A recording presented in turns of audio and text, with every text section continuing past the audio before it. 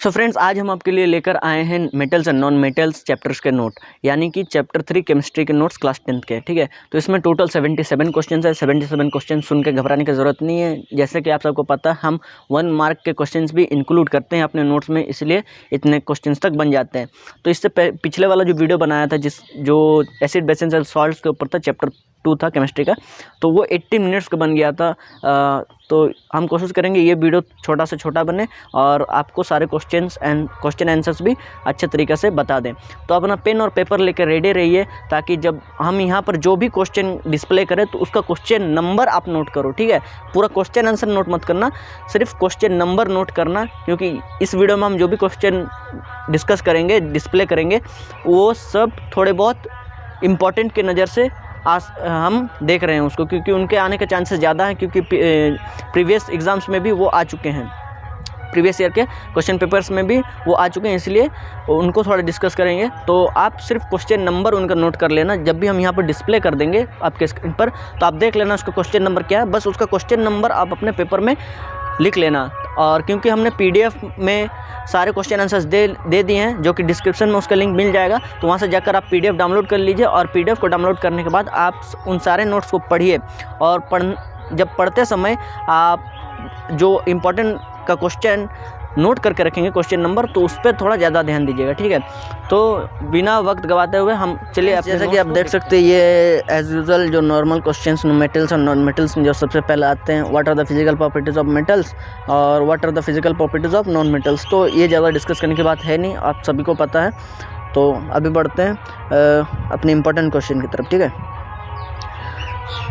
तो आप नोट कर लीजिए क्वेश्चन नंबर 11। क्वेश्चन नंबर 11 में क्या है, why are sodium and potassium kept immersed in kerosene oil. Sodium और पोटेशियम को केरोसिन ऑयल में डुबोकर क्यों रखा जाता है, उनको ऐसे फ्री स्टेट में क्यों नहीं रखा जाता, फ्रीली क्यों नहीं रखा जाता, केरोसिन में डुबोकर ही उन्हें क्यों रखा जाता है। ये क्वेश्चन बहुत बार पूछा जा चुका है, तो ये क्वेश्चन आ सकता है, तो इसके आने का चांसेस ज़्यादा है। तो इसका क्वेश्चन नंबर आप नोट कर लो। ठीक है, 11 क्वेश्चन नंबर है। उसके बाद हम बढ़ते हैं 12 नंबर में क्वेश्चन है, what happens when metal like Mg, aluminium, zinc etcetera are left in the open. इसको इंडिविजुअल तरीके से भी पूछ सकता है कि when magnesium is left in open, when aluminium is left in open. तो हमने इसको एक ही जगह इकट्ठा कर दिया। What happens when metals like magnesium, aluminium, zinc etcetera are kept in open. जब उनको खुले में रखा जाता है तो उनके साथ क्या होता है, वो ऑक्साइड्स फॉर्म कर लेते हैं अपने साथ, उनके ऊपर एक ऑक्साइड्स का कोटिंग फॉर्म हो जाता है। ठीक है, इसका क्वेश्चन नंबर भी नोट कर लीजिए। उसके बाद आते हैं क्वेश्चन नंबर 15 पे, how do potassium and sodium react with water. Potassium और सोडियम वाटर के साथ किस तरह से रिएक्ट करते हैं, उसका एक्सप्लेनेशन यहाँ दिया गया है। ये क्वेश्चन भी बहुत बार पूछा जा चुका है, इसलिए हमने इसके भी इंक्लूड कर दिया है, तो इसका भी क्वेश्चन नंबर आप लिख लीजिए। उसके बाद आते हैं क्वेश्चन नंबर 21 पे, why do metals do not react with nitric acid to produce hydrogen gas. Metals nitric acid के साथ क्यों रिएक्ट नहीं करते हैं हाइड्रोजन गैस प्रोड्यूस करने के लिए, ये क्वेश्चन भी पूछा जाता है। तो इसका एक्सप्लेनेशन भी हमने यहाँ दे दिया, तो आप पढ़ लीजिएगा। ठीक है, उसके बाद आते हैं क्वेश्चन नंबर 22 पे, व्हाट इज़ रॉयल वाटर और एक्वारिजिया। अगर ये क्वेश्चन 1 मार्क के तरीके से भी पूछा जा सकता है कि what is the name of royal water या व्हाट इज़ रॉयल वाटर, तो इसका आंसर होगा एक्वारिजिया। तो इसलिए हमने यहाँ दोनों प्रकार से लिखा है, व्हाट इज़ रॉयल वाटर और एक्वारिजिया। तो एक्वारिजिया का काम क्या होता है वो हमने यहाँ लिखा है, और एक्वारिजिया क्या चीज़ है ये भी हमने यहाँ लिखा है।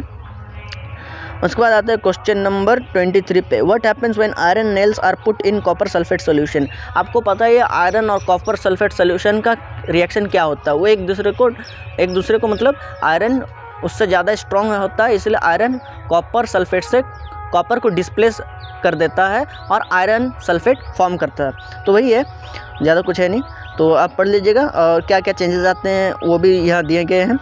उसके बाद आते हैं क्वेश्चन नंबर 27 पर। 27 में आप देख सकते हैं, samples of 4 metals A, B, C and D were taken and added to the following solution one by one. The results option have been tabulated as follows. तो इस तरह के क्वेश्चंस आते हैं, 5 मार्क्स के आते हैं, 4 मार्क्स के भी आ सकते हैं। इस तरह के क्वेश्चन पूछे जाते हैं कि कोई 4 मेटल लिया गया है A, B, C, D suppose, ठीक है, और उनको इन सोल्यूशंस के साथ हम रिएक्ट करवाते हैं, तो उनका ये रिएक्शन हमें मिलता है। उसके बाद उसी बेसिस पे क्वेश्चंस पूछे जाते हैं, what is the most reactive metal. तो ये आपको उस टेबल को देख करके बताना है, ठीक है। तो इस प्रकार के क्वेश्चन भी आते हैं, तो इस प्रकार के क्वेश्चन भी यहाँ दिए गए, तो आप देख लेना। उसके बाद आते हैं क्वेश्चन नंबर 33 पे। क्वेश्चन नंबर 33 पे दिया गया है, why do ionic compounds do not conduct electricity in solid states. Ionic compound solid state में इलेक्ट्रिसिटी कंडक्ट क्यों नहीं करते, इसका अगर आपको कुछ पूछे तो यहाँ आंसर दिया गया, आप यही आंसर लिख के आ जाना, ठीक है। उसके बाद आता है क्वेश्चन नंबर 34 पे, right the electron dot structure for sodium, oxygen and magnesium. Electron dot structure लिखना भी आपको आना चाहिए, और क्योंकि ये पूछा जाता है कि कोई भी आपको एलिमेंट दे दिया जाएगा और आपको पूछेगा कि इसका डॉट स्ट्रक्चर बताओ। उसके बाद आता है क्वेश्चन नंबर 36 पे, define the following terms, mineral और गैंगवे। तो ये 1 मार्क के क्वेश्चन आ सकते हैं कि व्हाट इज़ मिनरल्स है, व्हाट इज़ ओर्स, ठीक है। तो ये वही क्वेश्चन आंसर है। एंड उसके बाद आता है क्वेश्चन नंबर 40 पे, write a flow chart to show the steps involve in the extraction of metals from the ores. इसमें एक फ्लो चार्ट आपको ड्रॉ करना है और बताना है कि मेटल्स किस तरह एक्सट्रैक्ट किए जाते हैं, किस स्टेप्स में एक्सट्रैक्ट किए जाते हैं। तो ये उसका आंसर है, ये फ्लो चार्ट आप देख सकते हैं आपके स्क्रीन पर, ठीक है। उसके बाद आता है क्वेश्चन नंबर 45 पे। क्वेश्चन नंबर 45 है आपका, describe how mercury is obtained from cinnabar. Cinnabar का फॉर्मूला क्या होता है, HgS। तो सिनेबार से मर्करी किस प्रकार से ऑब्टेन किया जाता है, ये अगर पूछे तो इसका आंसर भी यहाँ दिया गया है। उसके बाद क्वेश्चन नंबर 47 पे आते हैं, व्हाट इज़ कैल्सिनेशन। और क्वेश्चन नंबर 48 है, व्हाट इज़ रोस्टिंग। तो ये भी क्वेश्चन पूछे जाते हैं कि व्हाट कैल्सिनेशन क्या है, रोस्टिंग क्या है, और आपको ये जानना भी ज़रूरी है कि कैल्सिनेशन और रोस्टिंग में क्या डिफरेंस है। हालांकि ये दोनों मेटल्स को एक्सट्रैक्ट करने के काम आते हैं, दोनों वही प्रोसेस है, सेम प्रोसेस है, लेकिन उनमें क्या डिफरेंस है ये जानना आपको ज़रूरी है। उसके बाद आते हैं क्वेश्चन नंबर 52 पे, विच reaction is used for joining railway tracks. ये तो जब मैंने एग्ज़ाम दिया था तब भी ये क्वेश्चन पूछा गया था, तो ये भी आप नोट कर लो।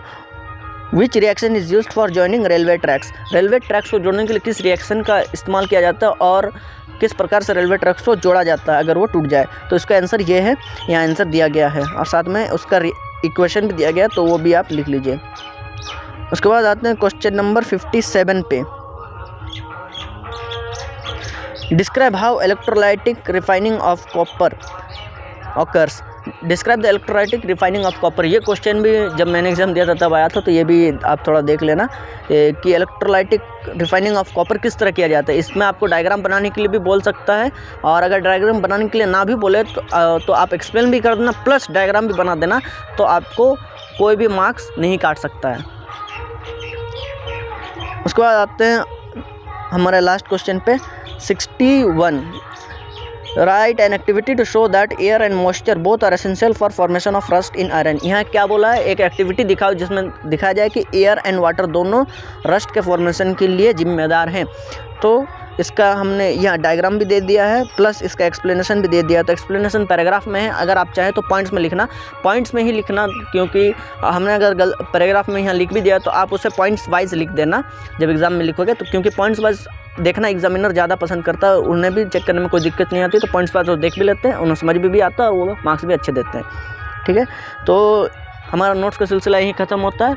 ये था मेटल्स एंड नॉन मेटल्स का नोट्स, और इससे पहले भी हमने बहुत सारे नोट्स के वीडियोस बनाए हैं, तो आपने अगर नहीं देखा है तो जाकर देख लीजिए, लिंक में उन सबका डिस्क्रिप्शन है। और अभी से आप सारे नोट्स पढ़ना शुरू कर दीजिए, ताकि जब तक आपका एग्ज़ाम आए तो आप तब तक फुल्ली प्रिपेयर्ड रहो और आपका माथे पे कोई भी टेंशन ना रहे। तो हम इसी तरह सारे चैप्टर्स को नोट्स लाते रहते हैं, केमिस्ट्री, बायो, फिजिक्स सबके नोट्स लाते रहते हैं। तो आपने अगर अभी तक चैनल को सब्सक्राइब नहीं किया तो सब्सक्राइब कर लेना भाइयों, और नोटिफिकेशन को ऑल पे सिलेक्ट करना। मैं ऐसे इसलिए कह रहा हूँ क्योंकि हम ये जो अभी आपका महीना है, आपका तो मई महीना में एग्ज़ाम होने वाला है, ठीक है, इस साल। तो अभी आपके पास मार्च अप्रैल दो महीने हैं, तो आप इसमें अगर अच्छे तरीके से प्रिपेयर कर लोगे तो आगे चलकर आपको कोई भी दिक्कत नहीं आएगी, ठीक है। तो बस आज के लिए दोस्तों बस इतना ही। जय हिंद।